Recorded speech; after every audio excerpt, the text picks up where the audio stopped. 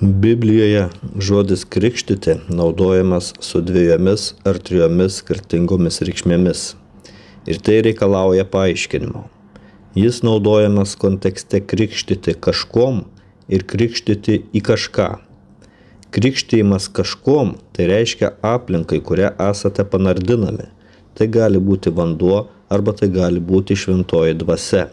Krikštijimas į kažką reiškia galutinį rezultatą jūsų panardinimo, kur jūs pereinate finale to perdavimo. Pavyzdžiui, Jono Krikštytojo krikštas buvo vandenyje atgailos arba nuodėmių atleidimo. Čia yra abi reikšmės, kom ir į ką. Krikštas šventąja dvasia, apie kurią mes kol kas nekalbėsime, yra krikštas šventojoje dvasioje į Jėzaus kūną. Apie tai dar pakalbėsime vėliau.